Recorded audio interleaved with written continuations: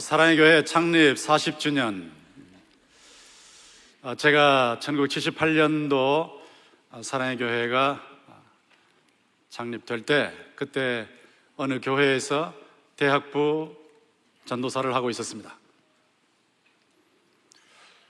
사랑의 교회가 창립되자마자 갑자기 우리 대학생들도 움쩍움쩍 하는 거예요. 이야, 완전히 블랙홀이 따로 없더라고요. 영향의 블랙홀. 그 사랑의 교회로 이목이 집중되면서 몰리기 시작하는데 제가 깜짝 놀랐습니다. 그 영향의 블랙홀을 보면서 야, 어째서 저런 현상이 나타날까? 그렇게 매우 궁금했어요. 그리고 제가 유학 갔다 와서 89년 12월부터 91년 아마 거의 말까지 옥 목사님 그때 몸이 좀 불편하실 때 권 교수님 매주 와서 설교 좀 해주세요. 근데 한 번 오면 4부 설교를 해야 되는데 총신 교수하면서 4부 그것도 또 30대 말에 와, 한 번 설교 준비하면 밤마다 다 떨어지고 감당을 못하는데 이걸 매주 하라고? 교수는 어떻게 하고? 이런 생각이 들어서 목사님 제가 매주는 못합니다. 그래서 격주를 했어요. 2년 풀로 격주를 했으니까 1년 풀로 메시지를 전한 셈이었죠. 그때도 놀랐던 것은 교인들이 영적인 스펀지구나, 스펀지. 말씀을 쭉쭉 받아들이는데 와, 어쩌면 그렇게 수용력이 대단할까. 제가 과천에 살 때 순장님들이 오셨는데 몇 분, 새벽 시간이라도 교인들이 어려우면 바로 달려가신다는 거예요. 그래서 순장님들의 수준이 와, 이 교육자 수준 이상이구나 하는 생각이 들었어요. 비결이 무엇일까? 말씀의 제자 훈련이더라고요. 말씀의 블랙홀 현상이었구나. 그 다음에 2003년도에 오 목사님 오셔가지고 또 무슨 움직임이 확 일어나더라고요. 이건 완전히 물결이에요, 물결. 그 물결이 동신교회까지 와가지고 저희도 특세를 하거든요. 기도의 물결, 특세의 물결, 엄청난 영향을 미치는 교회구나 하는 것을 제가 발견하게 됐습니다. 하나님께서 이 사랑의 교회에 주목하고 계시는 줄로 믿습니다. 지금 전 세계를 보면 놀라운 현상이 일어나고 있어요. 무슨 소년단이 유엔 총회에서 가지고 연설을 하느라. 제가 무슨 소년단이라고 한 것은 그 배경이 누굽니까? 누가 그렇게 합니까? 또 이걸 따질까봐 무슨 소년단. 배경이 어땠든 뭐가 어쨌든 저는 거기에 관심이 있는 게 아니고 어쨌든 한류가 일어나고 있구나. 한류. 대단한 한류다. 뉴욕에서 공연을 하는데 완전히 용광로 같은 현상이 나타난다. 뭐 일주일 전부터 천막 치고. 그 있을 수 없는 일이에요. 제가 1980년대 유학 갔을 때는 한국 사람, 정말 미국 사람들이나 세계인들이 관심이 없었어요. 그런데 지금은 한류가 일어나고 있단 말이에요. 하나님께서 역사의 핸들을 잡고 계시기 때문에 이 역사의 핸들을 잡으시는 하나님께서 왜 한류를 일으키실까? 왜 한국 사람들에게 주목하게 하실까? 하나님의 아주 심오한 뜻이 있겠다. 만약에 한국 교회가 이렇게만 된다면 복음의 한류를 일으키겠구나. 굉장한 기대를 가지고 있어요. 그러면서 또 한편으로는 마음이 무거운 거예요. 여러분 내일 메시지를 들으시겠지만 동성애 합법화에 대한 반대, 굉장히 강력한 기독교계의 움직임이잖아요. 동성애 합법화되면 입을 틀어막는 거니까. 복음을 전하지 못하는 전도 금지, 전도 금지로 들어가면 성서 금서, 성서 금서로 들어가면 그 다음에 기독교 자유 제한. 이 흐름을 누가 막을 것인가?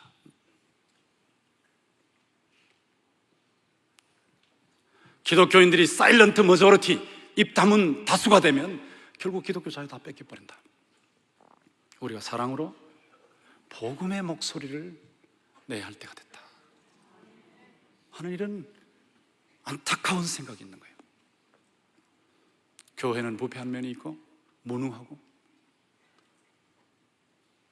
사회에 나가서 영향을 미치는데 한계가 너무 많고, 이런 때에 그 간절한 소원이 있어요. 이사야 60장 22절이죠. 이 소원이 너무너무 간절해요. 그 작은 자가 천명을 이루겠고 그 약한 자가 강국을 이룰 것이라. 때가 되면 나 여호와가 속히 이루리라. 하나님이 하셔야 되겠구나. 하나님이여, 한국에 개입하여 주시옵소서. 한국 교회에 개입하여 주시옵소서. 우리가 어떻게 무장하면 되겠습니까? 하나님, 복음의 한류가 일어나려면 한국 교회 그래도 문제가 많지만 그래도 순수한 신앙, 세상에 이렇게 특세의 성도들이 안타깝고 사모하는 마음으로 이렇게 몰려서 하나님을 찬양하고 하나님께 부르짖어 기도하는 이런 나라가 세상에 어디 있습니까? 이런 순수, 열정, 헌신, 뛰어듦, 올인, 복음을 이렇게 깨달은 한국의 복음의 한류가 전 세계로 흘러가서 전 세계의 모든 민족이 하나님을 찬양하는 날이 속히 오기를 주의 이름으로 축원합니다. 그러기 위해서 우리에게 필요한 것이 무엇일까요? 초심과 야성이에요. 초심과 야성. 오늘 여러분이 읽으셨지만 계시록 2장에 나와 있죠. 4절 5절에 보시면 그러나 너를 책망할 것이 있나니 너의 처음 사랑을 버렸느니라. 그러므로 어디서 떨어진 것을 생각하고 회개하여 처음 행위를 가지라. 만일 그리하지 아니하고 회개하지 아니하면 내 촛대를 내가 네게 임하여 내 촛대를 그 자리에서 옮기리라. 에베소 교회를 향한 말씀이에요. 처음 사랑을 버렸다. 이게 뭘까? 첫사랑을 버렸다. 뭘까? 그 제가 이것을 보니까 그 다음 말씀을 보니 답이 나와 있더라고요. 5절에 보시면 그러므로 어디서 떨어졌는지 생각하고 회개하여 처음 행위를 가지라. 이게 이제 포인트예요. 처음 행위를 가지라. 처음 행위가 무엇이냐? 여기 행위가 단수가 아니고 복수예요. 단수는 그리스 말 헬라어로 에르곤인데 복수 에르가라고 하는 복수예요. 처음 행위들, 그것이 무엇인가? 에베소 교회의 처음 행위들을 찾으려면 사도행전 19장과 20장을 찾으면 금방 답이 나와요. 사도행전 19장을 보면 에베소 교회가 어떤 상태에 있었는가? 에베소 교회에서 바울 사도가 AD 53년경쯤에 말씀을 전하는데 두란노 서원에서 매일 말씀을 강해했어요. 근데 어떤 사본에 보면 5시에서 10시까지라, 그 6시간 다음에 현재 시간이 나오니까 11시에서 16시까지. 점심시간 1시간 빼면 매일 4시간씩. 한번 생각해 보세요. 매일 4시간씩 말씀을 가르쳤다. 매일 4시간씩이면 대단하거든요. 주일날 30분 설교로 계산하면요 1년에 52주로 그러면 대충 50주 잡아가지고 30분씩 계산하면 1년에 25시간이라고 1년에 25시간 말씀을 전하는 거예요. 그런데 2년 반 동안에 매일 4시간씩 했습니다. 얼마입니까? 2년을 잡으면 464, 2400, 2500시간인 말이에요. 그러니까 100년치의 말씀을 2년 동안에 쏟아놓은 거예요. 초대교회도 보면 사도들이 예루살렘에서 복음을 전할 때 예루살렘을 복음으로 가득 채웠어요. 가득 채웠어요. 서울을 복음으로 가득 채우고 한국을 복음으로 가득 채우고 세계를 복음으로 가득 채우면 변화가 일어날 줄 믿습니다. 2년 동안에 2500시간 정도 엄청나게 말씀이 들어갔다고요. 이 말씀이 들어가니까 아시아, 그 당시에 소아시아, 터키 서부 지역 소아시아에 있는 사람들은 유대인이나 헬라인이나 다 주의 말씀을 듣더라. 말씀에 대한 갈증이 굉장히 절실했어요. 이게 처음 행위입니다. 처음 행위. 에베소 교회는 정통이 있는 교회였어요. 이단이 잘못된 것을 지적한 교회입니다. 하나님의 말씀대로 거짓 사도를 드러낸 교회입니다. 진리를 사수한 교회입니다. 정통이 있었어요. 또 정행이 있었어요. 행위와 수고와 인내라는 정행. 행위가 있었고 그 행위 수준이 아주 수고하는 수준이었고, 한 번 하면 끝나는 것이 아니라 계속해서 하는 인내가 있었고, 참고 견디되 내 이름을 위하여 게으르지 아니하고 끝까지 견디는 이런 대단한 정행이 있었어요. 정통 플러스 정행, 정통 진리에다가 정통 윤리가 있었단 말이에요. 대단한 거예요. 그런데 첫사랑은 잃어버렸어요. 그 첫사랑의 풋풋함, 뜨거움, 난로에 불이 붙어 있는 것 같은 그런 상태, 가슴에 재단이 불이 붙어 있고 불이 활활 타는 그 상태, 그건 상실해버린 겁니다.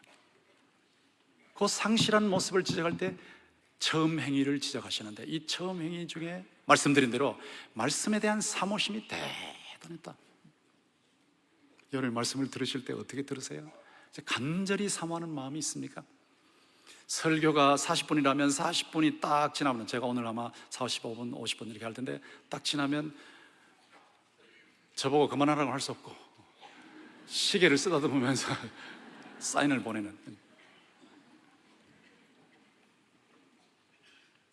혹시 그런 상태는 아닙니까? 처음 행위를 이뤘다. 사도행전 19장에 또 보면 에베소 사람들이 마술서적을, 귀신의 힘으로 마술을 했는데 마술서적을 가지고 와서 이거를 불태워버리는데요. 5만 드라크마예요. 한 드라크마가 노동자의 하루 풍사시니까 5만 드라크마면 요즘식으로 보통 뭐 하루에 작게 잡아서 10만 원 잡으면 50억이란 말이에요. 50억의 책을 태워버릴 정도로 철저한 회개를 했어요. 철저히.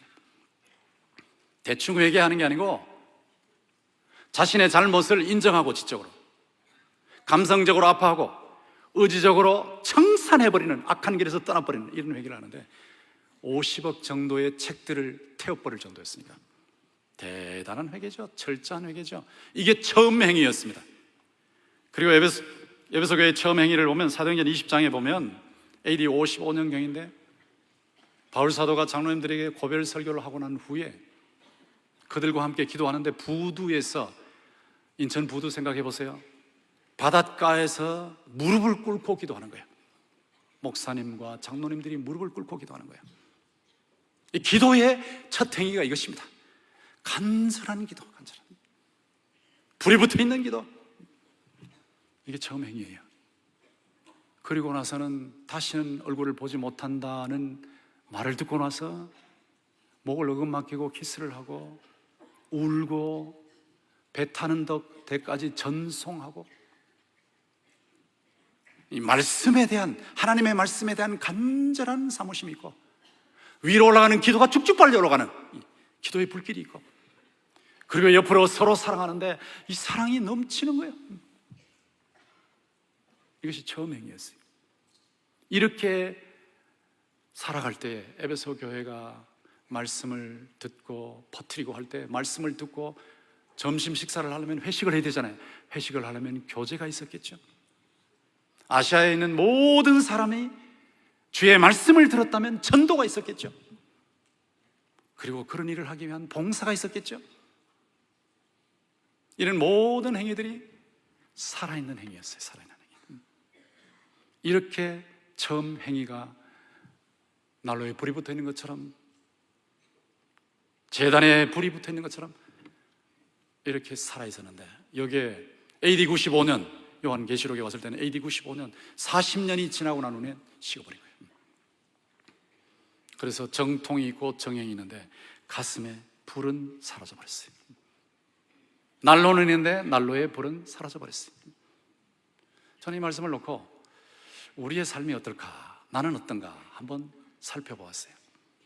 마음이 조금씩 굳어지는 현상, 이게 바로 처음 사랑을 버려가는 현상이구나. 말씀을 들을 때 스펀지처럼 말씀을 쭉쭉 빨아들이는, 지금도 여러분이 쭉쭉 빨아들이고 계시는데 쭉쭉 빨아들이는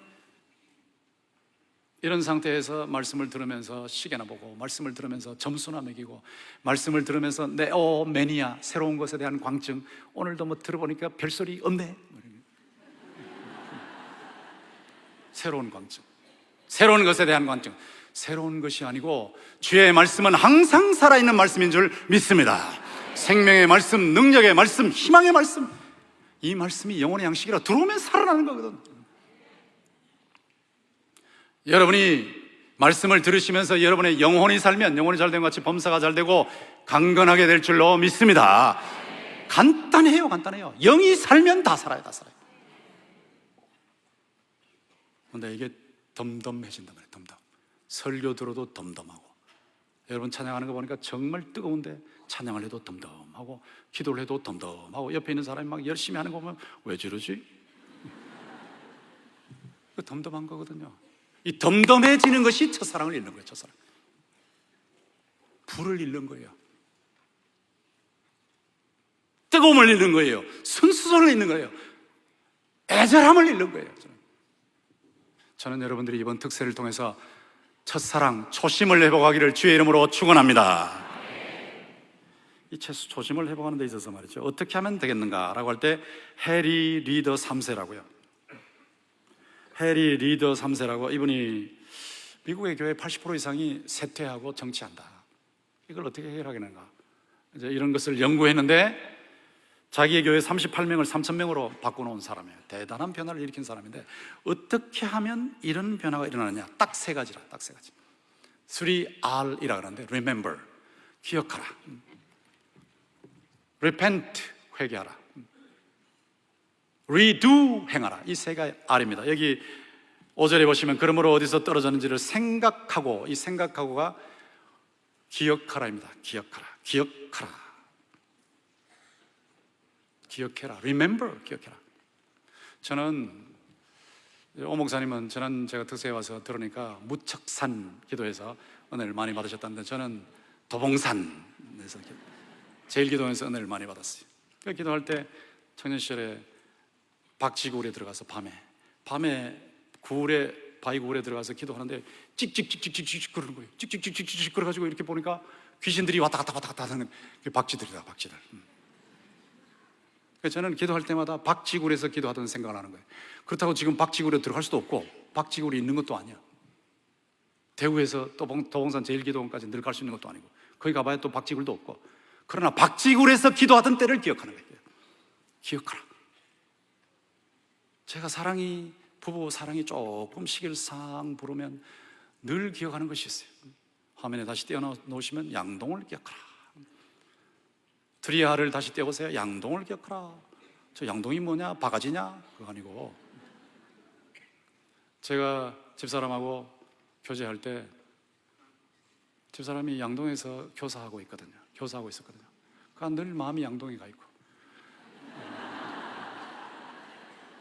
전도사로 있으면서도 한 주에 3통씩 연애 편지를 보냈는데, 연애 편지 내용은 설교 내용이에요. 토요일날 되면 막 청량리 가가지고 집사람 올라오기를 기다리고 양동을 기억하면서, 어떨 때는 양동까지 내려갔다 다 같이 올라오고.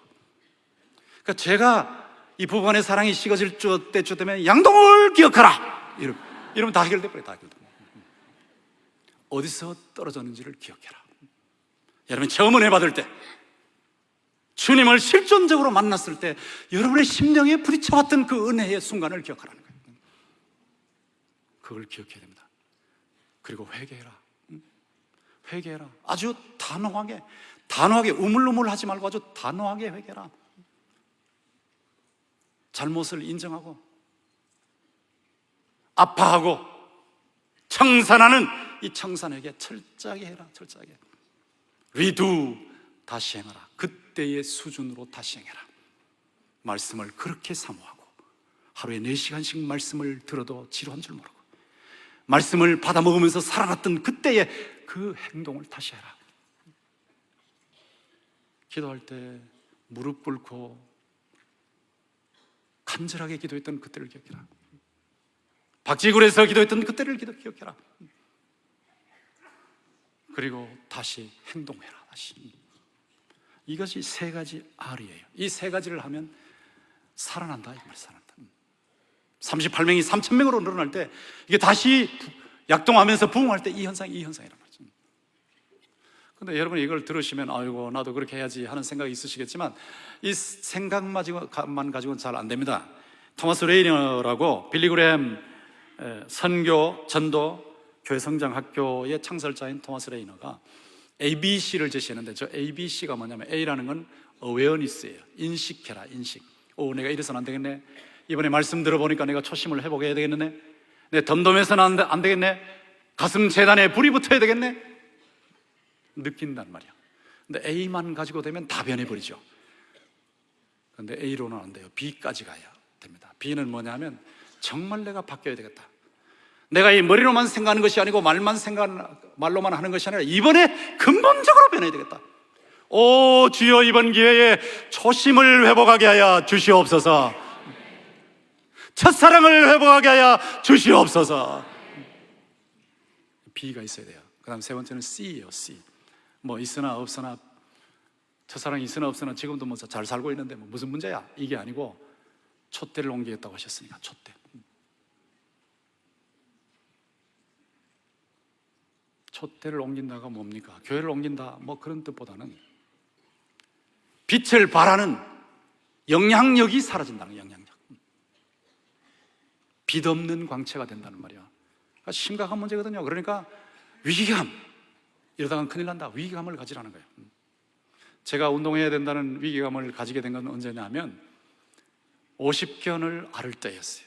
50견을 앓을 때 축도를 하는데 이 두 손이 다 안 올라가니까, 이렇게 축도를, 이거 안 올라가는 거야, 안 올라가는 거야. 철봉을 잡고 싶어도 잡을 수가 없어요. 제가 죄를 지어서 잡혀가도 포성줄에 묶일 수도 없어요. 손이 안 들어가니까. 축도하는데 이렇게 축도했다고 어느 집사님이 저 뒤에서 보고 계시다가, 축도할 때 왜 그것만 보고 있었냐, 목사님 축도하시려면 좀 다 복을 받게 이렇게 하시죠. 이게 뭡니까 이게? 이게 뭡니까 이게? 제 사정도 모르고 그때였습니다. 그때요, 주여 제발 좀 이게 올라가게 해주세요. 올라가면서 매일 기도하는데도 잘 안 되는 거예요. 안 풀려. 그러니까 1cm 올리는 것이 면도칼로 잘라가지고 막 올리는 것 같은 고통이에요. 몸부림치면서 운동하는 거 조금씩 1mm 이런 식으로 올리는데요, 한 2년 하니까 어느 병원에 갔더니 딴 분들은 다 위를 저한테 희망을 안 줘요. 어느 병원에 갔더니 목사님 저를 모르시면 저는 목사님 잘 알아요, 이러면서 목사님 2년이면 됩니다. 2년이면 됩니다. 그래서 희망이 생기더라고요. 근데 가만히 있으면 안 되고 운동해야 됩니다. 그래서 2년 동안 운동을 했는데 조금씩 올라서 지금은 이게 되는 거거든요. 그러니까 위기를 느끼니까 움직이더라고. 위기를 느끼니까 A, B, C에 C까지 가야 돼. 크라이시스. 첫사랑 회복하지 않으면 안 된다. 내 영이 이 덤덤한 상태, 이 죽은 상태, 냉랭한 상태, 이거 안 된다. 이런 인식을 가지고 바꾸어 나가는, 초심을 회복하는 여러분 모두가 되시기를 주의 이름으로 축원합니다. 이 초심이 야성으로 넘어가야 돼요. 야성. 초심은 야성하고 연결되어 있어요. 아까 여러분이 이사야 43장 19절 읽으셨죠? 보라, 내가 새 일을 행하리니 이제 나타낼 것이라. 너희가 그것을 알지 못하겠느냐? 반드시 내가 광야의 길을 사막의 강을 내리니로 되어 있는데, 목사님 어떻게 내리니가 아니고 내리라입니까? 리를 라로 바꾸는 이단이십니까? 그거 아니고요. 리를 라로 바꾼다고 아무 문제 없어요. 저는 성경 해석학자입니다. 저기서 끊어집니다. 얼마나 끌어들여도 괜찮아요. 보라, 내가 새 일을 행하리니 이제 나타낼 것이라.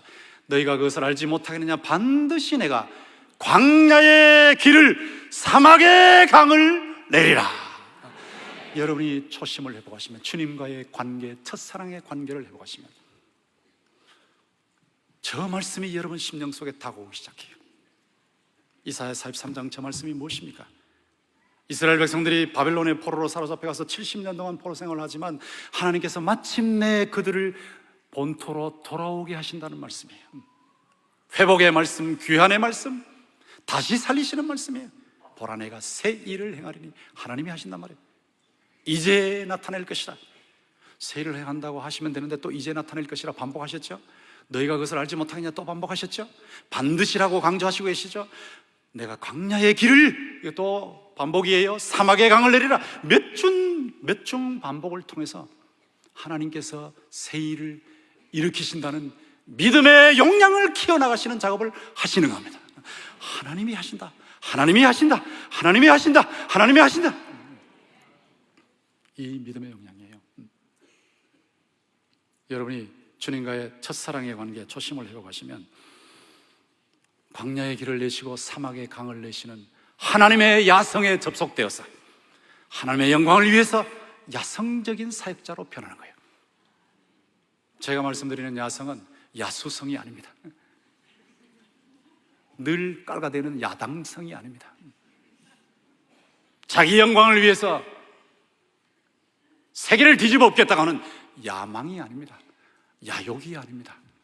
하나님의 영광을 위해서 하나님께서 이루시는 새 일에 같이 뛰어들어 있는 야성, 광야의 길을 내시고 사막의 강을 내시는 하나님의 말씀, 하나님의 약속이 내 가슴 속에 들어와서 머리 지식이 가슴 지식이 되고 이 가슴 지식이 생활 현장으로 들어가서 생활 지식이 되는 그런 야성을 말하는 거예요.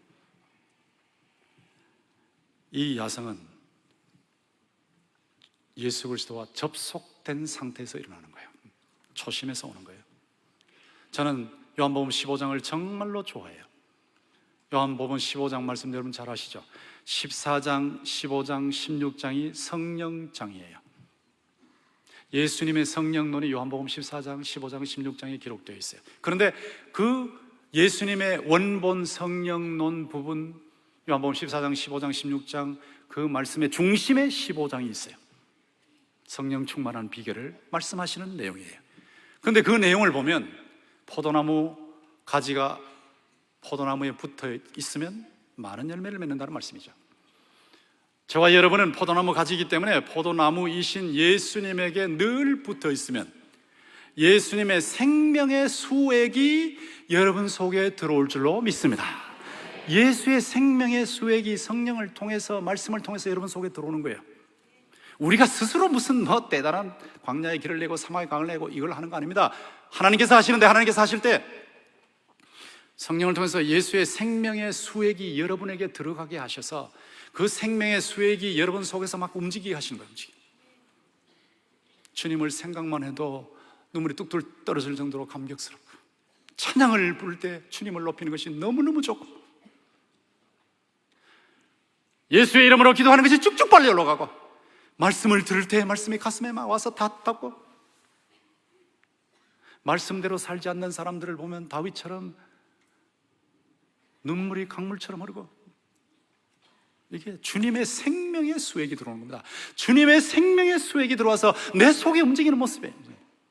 이 생명의 수액이 내 속에 들어와서 움직일 때 내 속에 주님의 생각이 나를 사로잡는 거고, 주님의 능력이 나를 사로잡는 거고, 주님의 생명이 나를 사로잡는 거고, 주님의 희망이 나를 사로잡는 거고, 주님의 성품이 나를 사로잡는 거예요. 이것이 예수의 생명의 수액인데, 이 예수의 생명의 수액이 내 속에 들어와서 바깥으로 터져나간단 말이에요.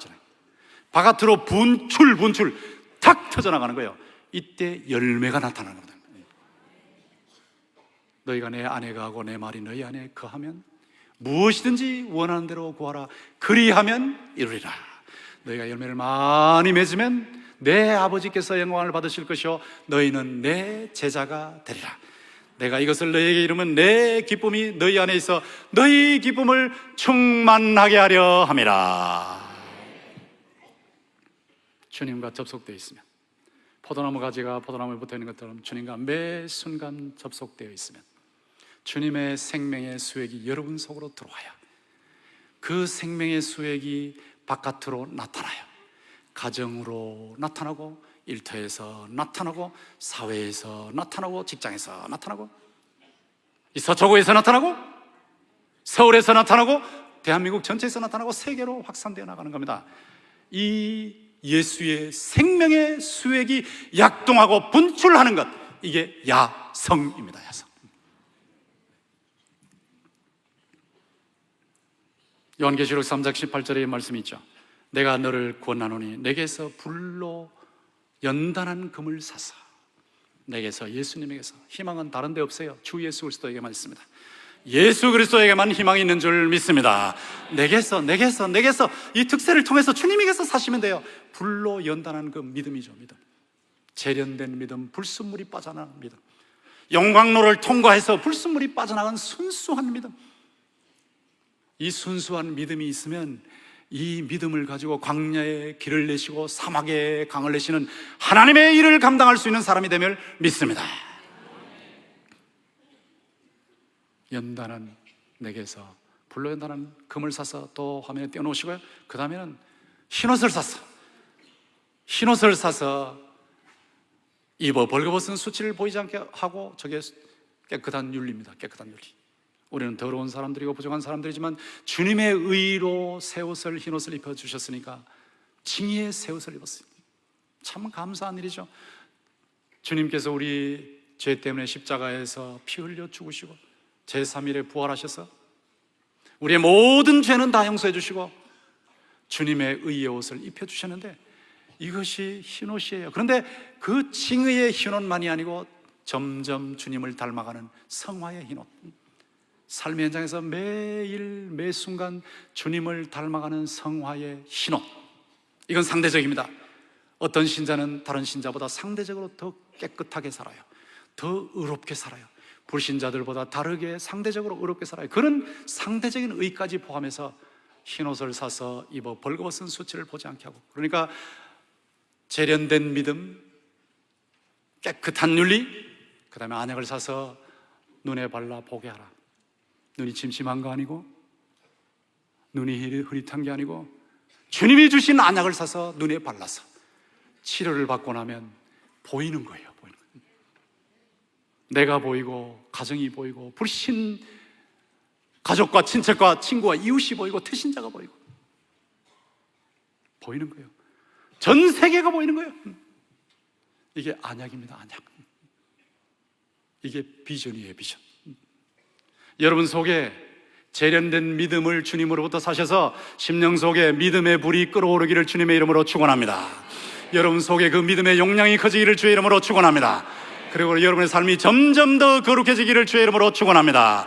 그리고 여러분이 주님의 시야를 가지고, 주님의 비전을 가지고 여러분의 인생도 보시고, 일터도 보시고, 불신자도 보시고, 세계도 보시고, 한국도 보시는 이런 비전이 야성으로 나타나기를 주님의 이름으로 축원합니다. 주님이 주시는 비전, 이게 야성이에요. 광야에 길을 내시고 사막에 강을 내신다는 하나님의 말씀을 붙잡고 반드시 이것이 내 삶에 이루어질 것이다, 내 사역에 이루어질 것이다, 그것이 비전이라는 말이죠. 이것을 여러분이 이루어 나가실 때 과거의 상처에, 동굴에 자신을 가두지 말아야 돼요. 과거의 상처, 내가 그때 이랬더라면 얼마나 좋았을까, 이랬더라면 얼마나 좋았을까, 이랬더라면 얼마나 좋았을까, 그때 잘못한 것이 빚이 되어서 내가 평생 갚아야 되겠네, 이래 되면요, 과거에 묶여서 앞으로 전진할 수가 없어요. 과거의 상처 주님께서 깨끗이 씻어주시고 앞을 향해서 달려갈 수 있는 이 야성을 회복시켜 주시고, 앞을 향해서 달려가려면 분명히 뭔가 봐야 되지 않겠습니까? 그것이 비전이거든요. 비전. 이런 비전을 가지고 달려가는데, 이 비전을 가지고 달려갈 때 비전만 가지면 안 돼요. 이 비전이라는 것은 산 정상과 같은 것입니다. 내가 저 산에 올라간다 그럴 때 산 정상이 있어야 그쪽을 향해서 올라가지 않겠습니까? 산 정상을 해서 올라가는 거예요. 비전이 또 뚜렷한 목표가 있는 거예요. 아까 오 목사님께서 5년 후에 여러분, 10년 후에 여러분, 15년 후에 여러분, 몇십 년 후에 여러분, 40년 다시 후에 사랑의 교회. 자, 이것이 비전입니다. 비전. 구체적으로 보는 거예요. 구체적으로. 이 구체적으로 보면서 달려갈 때 비전만 있으면 과대망상증에 빠지기 쉽죠. 비전이 있으면 바로 열정이 있어야 돼요. 열정. 비전과 열정, 뜨거운 그 노력이 있어야 되거든요. 목표가 있으면 목표를 이루기 위해서 뜨겁게 달려가는 열정이 있어야 돼요. 비전과 열정. 그리고 그것을 시작했으면 한 번 시작하면 끝까지 가는 끈기가 있어야 됩니다. 저를 한번 따라하세요. 비전, 열정, 끈기. 다시 한번 비전, 열정, 끈기. 하나님의 영광을 위해서 주님과 동행하는 사이에 주님의 생명의 수액이 내한테 들어와서 이게 비전으로 나타날 때, 이것을 해야 되겠다, 내가 누구를 전도해야 되겠다, 이번에 이걸 해야 되겠다, 내 생에 이걸 꼭 이루고 주님 앞에 가야 되겠다. 자, 이런 비전이 일어난단 말이에요. 이 비전이 일어났을 때 이것을 이루기 위해서 열정적으로 노력을 하는 거예요. 아주 불같이 뛰는 거예요, 불같이. 그리고 그것을 시작을 했으면 끝까지 가는 거죠. 기도할 때도 한 번 기도를 시작하면 그 기도가 이루어질 때까지 끈기 있게 기도하시기를 주님의 이름으로 축원합니다. 집요한 거예요, 집요한 거. 일을 이루는 사람을 한번 보십시오. 전부 집요한 사람들이에요. 비전이 뚜렷하고요, 열정이 아주 불같고요, 그리고 끈기가 대단해요. 끝까지 가는 거예요. 어떤 어려운 일이 있어도 녹다운은 당해도 녹아웃은 당하지 않아요. 쓰러졌다가 다시 일어나요. 7전 8기만이 아니라 999전 1000기, 또 일어나고 또 일어나고 또 일어나고 또 일어나고. 어려운 일을 당할 때도 그 어려운 일을 극복해 나가는 거예요. 로버트 모리스라고 아주 유명한 목사님이 계시는데, 이분이 꿈에서 운명으로 라는 책을 썼어요. From Dream to Destiny. 꿈에서 운명으로. 꿈이 어떻게 하면 현실로 나타나는가? From Dream to Destiny. 꿈에서 운명으로. 근데 꿈이 운명, 꿈이 현실로 나타나기 위해서는 반드시 통과해야 할 과정이 있다 이거예요. 그게 뭐냐면 환난, 어려움이 온다 이거예요. 환난이 올 때 인내가 생겨요. 참는 게 생긴다, 참는 게. 환난이 올 때 꺾여버릴 수 있지만 주님과 접속되어 있는 사람은 꺾일 듯 하는데 또 일어나요, 또 일어나요. 꺾일 듯 하는데 또 일어나요, 꺾일 듯 하는데 또 일어나요. 주여, 이번 어려움을 통해서도 다시 업그레이드 되게 하실 줄 믿습니다 하고 일어나는 겁니다. 저도 여러 가지 어려움을 많이 당했는데요, 당할 때마다 아이고 이제 끝났네, 아이고 어떻게 하지, 목회도 그만두고 다시 종신 교수로 가야 되나 뭐. 그런 때가 오는데요, 그때마다 주께서 내가 너와 함께 있다, 걱정하지 마라. 어떤 어려운 일이 있어도 주님과 동행하면 주님께서 그 어려운 고비를 넘어가게 하신다는 거예요. 저는 고비 앞에 갈 때마다 주여 또 고비가 왔습니다, 제 힘으로는 넘을 수 없습니다, 그러나 주님께서 넘겨주실 줄 믿습니다. 주여, 이번 기회에 이 고비를 넘게 하여 주시옵소서. 이 고비를 넘어가는 거예요. 주의 힘으로 넘어가는 거예요. 내 힘으로 되지 아니하고, 이는 힘으로 되지 아니하고 능력으로 되지 아니하고 오직 나의 영으로 되느니라. 큰 산아 내가 무엇이냐, 네가 주의 일을 하는 스룹바벨 앞에서 평지가 되리라. 큰 산을 평지로 만드실 주님의 성령의 역사를 믿기 때문에 인내하는 거예요. 인내하는 거예요. 인내하는 동안에 인격이 형성됩니다. 인내하지 않고는 인격이 형성되지 않습니다. 백전노장이 되기 위해서는 인내를 해야 됩니다. 그러면 인격이 형성되고, 인격이 형성되면 그 인격은 어떤 어려움 속에서도 광야의 길을 내시고 사막의 강을 내시는 하나님을 바라보는 희망이 생기는 거예요. 희망. 이게 희망이에요. 희망. 비전을 가지고, 열정을 가지고 끈기 있게 밀고 가는 희망이 생기는 거예요. 환난은 인내를, 인내는 연단을, 연단이 인격이에요. 연단은 희망을, 소망을 이렇게 흘러갑니다. 이 과정을 통과해서 꿈이 현실로 나타난다. 근데 우리의 모습을 보면 원숭이 같은 모습이 좀 있습니다. 우리는 사람이지만. 원숭이 4마리를 한 방에다 넣어놓고 장대를 높이 세워놓고 그 위에 바나나 다발들을 올려놨어요.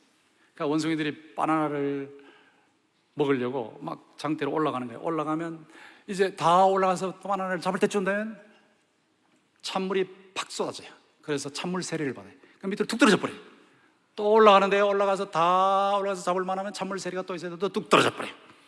그래서 올라갔다가 내려오고 올라갔다가 내려오고 올라갔다가 내려오고 몇 번 해버리면 올라가는 걸 포기해 버립니다. 4마리가 다 그렇게 포기가 습성이 돼버렸어요. 근데 그 중에 한 마리를 빼내고 다른 한 마리, 3마리를 올려 새로운 원숭이를 넣어놓으면 이 새로운 원숭이가 시도한단 말이에요. 또다시 올라가는데 이미 3마리의 원숭이는 경험을 다 했기 때문에 올라가는 그 원숭이 찬물 세례 받기 전에 끌어내릴 버려요. 올라가는데 끌어내릴 버려요. 너 올라가면 소용없다. 올라가기 전에 끌어내릴 버려요. 그래서 올라가지 못해요. 여러분의 비전을 이루기 위해서 올라가고 있는데 이런 난관 저런 난관 끌어내리는, 몇 번 경험하고 나면 목표에 달성했다가 내려오고, 달성한 것 같은데 내려오고 이래가지고 다음에는 포기하고, 남들이 또 그것을 이루려고 하면 안 된다, 인생 별거 있냐, 안 된다, 아무것도 안 된다 하고 또 절망을 선전하는, 퍼뜨릴 사람 돼버려요. 이게 타성입니다. 타성. 타성에 빠지면 안 돼요. 야성이 있어야 돼요. 야성. 주님의 야성, 광야의 길을 사막의 강을 내시는 하나님의 일에 뛰어들어서 같이 움직이는 이 야성, 이 야성이 우리한테 꼭 필요합니다. 초심이 있으면 이게 야성으로 나타나야 된다 하는 말씀이죠. 제가 대구에 갔을 때, 대구에 목회자들이 참 좋은 분들인데 그분들이 이상한 말을 계속 하더라고요. 대구는 안 된다, 대구는 안 된다, 대구는 안 된다. 대구는 목회가 너무 힘들어서 대구는 목회자의 무덤이다, 목회자의 무덤이다. 대구는 뭐 교회가 성장하는 건 그만두고 살아남기만 해도 목회 성공하는 거다. 그런 말을 자꾸 하는 거예요. 자꾸 끌어내리는 거지, 자꾸 끌어내리는 거지. 그러면서 무슨 얘기까지 하는 거 하니까 어느 코끼리를 통해서 돈을 버는 사람이 많은 모인 사람들한테 이 코끼리 눈물만 흘리게 하면 아주 최고의 상을 주겠다고. 그러니까 사람들이 나와서 코끼리 눈물을 흘리게 하려고 애를 많이 쓰는데 누가 올라가도 안 되고, 누가 올라가서 코끼리 눈물을 흘리려고 해도 안 되는데, 한 사람이 올라가서 뭐라고 했는지 코끼리가 눈물을 줄줄 흘리더라는 거예요. 그래서 뭐라고 했니? 그랬더니 대구 가서 목회해라 그랬다는 거예요. 와, 그 말까지 만들어냈다. 그 말까지. 안 된다, 대구는 안 된다, 안 된다, 대구는 안 된다. 여러분 없어요? 안 된다. 뭐 좀 하려고 그러면 안 된다. 기도하려고 그러면 기도해서 된 거 뭐 있냐? 특세에도 받은 거 뭐 있냐? 응답의 문을 열어주옵소서 했는데 된 게 뭐가 있냐? 믿음의 용량 근데 큰 게 뭐가 있냐? 안 된다. 안 된다가 복음입니까? 안 된다. 하나님께서 서울에도 살아계시고 대구에도 살아계시잖아요. 한번 대구 교회를 활성화시키기 위한 포럼을 하는데 인천에서 누가 내려와서 인천에서 이렇게 하는 게 잘 됩니다. 또 부산에서 누가 올라와서 이렇게 하는 게 잘 됩니다. 그래서 제가 사회를 보면서 그랬습니다. 인천도 되고요, 부산도 되고요, 대구는 말 그대로 되고요.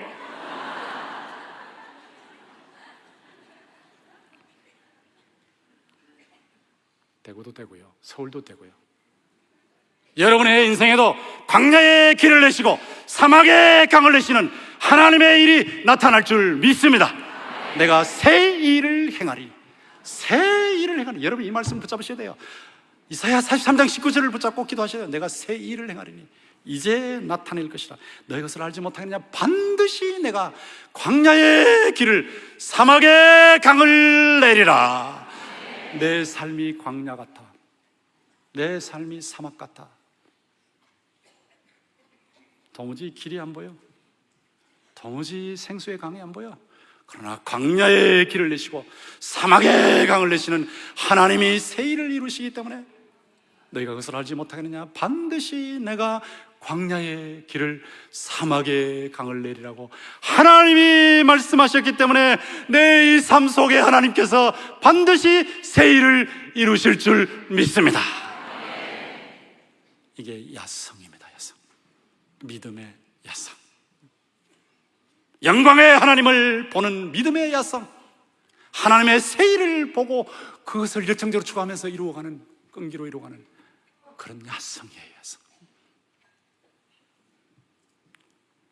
여러분의 마음속에 마스터 드림이 있어야 되겠죠. 생명의 복음, 예수 그리스도의 생명의 복음. 이사야 43장 19절도 그것이잖아요. 궁극적으로는 예수의 생명의 복음을 통해서 광야의 길을 내시고 사막의 강을 내시는 하나님의 새 일이 이루어진다. 자, 그건데 이 생명의 복음을 여러분이 보신 가정, 가족, 친척, 친구, 이웃, 태신자, 이 서초 일대, 서울, 전국, 전 세계, 이게 마스터 드림입니다. 마스터 키와 같은 마스터 드림이란 말이에요. 마스터 드림이란 말이에요. 이 마스터 드림인데 윌리엄 캐리가 바로 그것을 가지고 있었죠. 나는 꿈꾸는 자로 산다. 윌리엄 캐리 여러분 잘 아시죠? 선교, 세계 선교 아버지라고 하지 않습니까? 나는 꿈꾸는 사람으로, 하나님의 꿈을 꾸는 사람으로, 나는 꿈꾸는 사람, 내 꿈이 아니고 하나님의 꿈, 나는 꿈꾸는 사람으로 하나님께서 하실 수 있고 하실 일을 계속 꿈꾼다. 그 다음 말은 여러분 잘 아시죠? 하나님으로부터 위대한 일을 기대하라. 하나님을 위해 위대한 일을 시도하라. 그렇게 해서 엄청난 선교를 이뤄내지 않았습니까? 그런데 이 선교를 할 때 여러분이 복음의 진리를 전할 때 가장 큰 문제가 무엇입니까? 가짜 뉴스죠. 가짜 뉴스, 거짓말 뉴스, 사탄의 가짜 뉴스와 예수님의 진짜 뉴스 사이에 이 엄청난 싸움이 지금 벌어지고 있잖아요. 이거 80%의 한국 국민들이 예수 믿으면 구원받는다는 걸 믿지 않잖아요. 예수 믿어야 구원 못 받아, 별거 없어, 아무것도 아니야, 이게 가짜 뉴스거든요. 사탄은 거짓의 아비예요. 거짓의 아비로 이 거짓말을 계속 퍼뜨리는 거예요. 예수 구원자 아니야, 예수 믿어서 잘 되는 거 하나도 없어, 교회가 뭐 별다른 거 있어, 아무것도 아니야. 이게 전부 가짜 뉴스란 말이에요. 이 가짜 뉴스가 여러분 삶 속에 들어와서 계속해서 삶을 파괴시키는 이게 가짜 뉴스입니다. 신문에, 텔레비전에, 인터넷에 막 끊임없이 뜨고 있는 이 가짜 뉴스. 근데 이 가짜 뉴스를 정복하는 것은 예수님의 진짜 뉴스인 진리인 줄로 믿습니다. 복음의 진리를 채우면 되는 거예요. 복음의 진리로 예루살렘을 채우니까 예루살렘이 뒤집어졌어요. 복음의 진리로 1차, 2차, 3차 선교여행을 통해서 그 당시의 세계를 뒤집어 엎었어요. 이 진리로 가득 채우면 되는 거죠. 진짜 뉴스인 진리를 가지고 가득 채워나가는 이 작업을 해야 되는데, 여러분 교회에서 제자훈련의 국제화 캐치프레이즈를 가지고 열심히 뛰고 계시지 않습니까? 목사님께서 제자훈련의 국제화 참 귀한 거예요. 저희 교회에서도 필리핀의 선교사님을 보내놨는데, 그 선교사님께서 보통 방식으로 신학교에서 학생들을 가르쳤을 때는 변화가 별로 없었어요. 제가 제안했죠. 제자훈련 좀 한번 해보세요. 제자훈련. 저도 제자훈련을 통해서 재미를 많이 봤으니까 제자훈련 좀 한번 해보십시오. 그래서 제자훈련을 하기 시작했는데, 다른 신학교는 학생들이 없어서 쩔쩔매는데요, 제자훈련하고 있는 그 신학교는 학생들이 막 몰려오는데 감당 못하게 몰려온다고 그래요. 왜냐하면 제자훈련을 신학교에서 배워서 그대로 가서 선교 현장, 목회 현장에서 그대로 적용을 하니까 이게 막 변화가 일어나기 시작하나, 변화. 여러분 교회 황호찬 교수님 이제 총장으로 아프리카 UAUT, 유나이티드 아프리칸 유니버시티 탄자니아의 그 강남, 다르살람 수도의 강남과 같은 곳에 38만 평의 학교가 있는데, 그 학교에서 지금 총장으로 일을 하시는데요, 얼마나 귀한 일을 하시는지 몰라요. 거기 교수가 필요하죠. 비즈니스 교수, 그 다음에 IT 교수가 필요하죠. 선교사들이 필요하죠. 거기서 아프리카를 변화시키자. 근데 그런 귀한 일을 할 때 제자 훈련이 국제화될 수 있는 좋은 계기란 말이죠. 저도 생명사역 제자 훈련을 하고 있는데, 이 제자 훈련을 하니까 놀라운 변화가 일어나는 거예요. 이걸 전 세계에 퍼뜨리는데, 여러분의 삶 속에도, 교육계도 지금 인성과 영성 면에서 망가졌으니까 이 망가진 교육계를 일으키는 야성, 정치도 그렇고 경제도 그렇고 어느 분야로 들어가도 전부 망가지고 있고 마지막 멸망을 해서 돌진하고 있는 것 같은 이 현상 속에서, 주여 내가 광야의 길을 내시고 사막의 강을 내시는 하나님의 새 일에 뛰어들어서 이 일을 수종드는 야성적 사역자가 되게 하여 주시옵소서. 여러분의 인생을 움직이는 자동 파일럿이 무엇입니까? 여러분이 딱 나갔을 때 여러분을 움직이는 자동 운전자가 누구입니까? 그게 여러분의 생각이에요. 자동 파일럿, 오토매틱 파일럿이 여러분 생각이에요. 여러분 생각에 세상 것이 꽉 차 있으면 하나님의 일을 이룰 수가 없어요. 여러분 생각의 틀 속에 하나님의 말씀이 꽉 차 있으면, 이 하나님의 말씀으로 생각의 틀을 바꿔놓으시면 여러분이 초심도 회복하시고 야성도 회복하셔서 세상을 바꾸는 사람으로 변하는 거예요. 그런데 크게 꿈꾸지 마시고 영의 자리에서 일로 넘어가야 되겠다, 영의 자리에서 일로 넘어가겠다, 주님께서 이루시면 이 귀한 일을 이룰 수 있습니다. Remember, 기억하라. Repent, 회개하라. Redo, 다시 행하라. 그래서 초심을 회복하고 광야의 길을 내시고 사막의 강을 내시는 하나님의 일을 믿음의 용량으로 받아들여서 거기에 뛰어드는 야성을 회복하시고, 이걸 하실 때 우주선 발사할 때처럼, 여기 지금 우주선 발사하는 장이에요. 여러분의 특세를 통해서 초기 몇 초 동안에 막 불을 뿜지 않습니까? 불을 뿜으면서 올라가는 것처럼 사랑의 교회가 초심과 야성으로 21세기의 글로벌 처치의 모델로 불 뿜고 올라가는 이 특세 기간에 여러분 심령 속에 초심과 야성의 불이 활활 타오르기를 주님의 이름으로 축원합니다.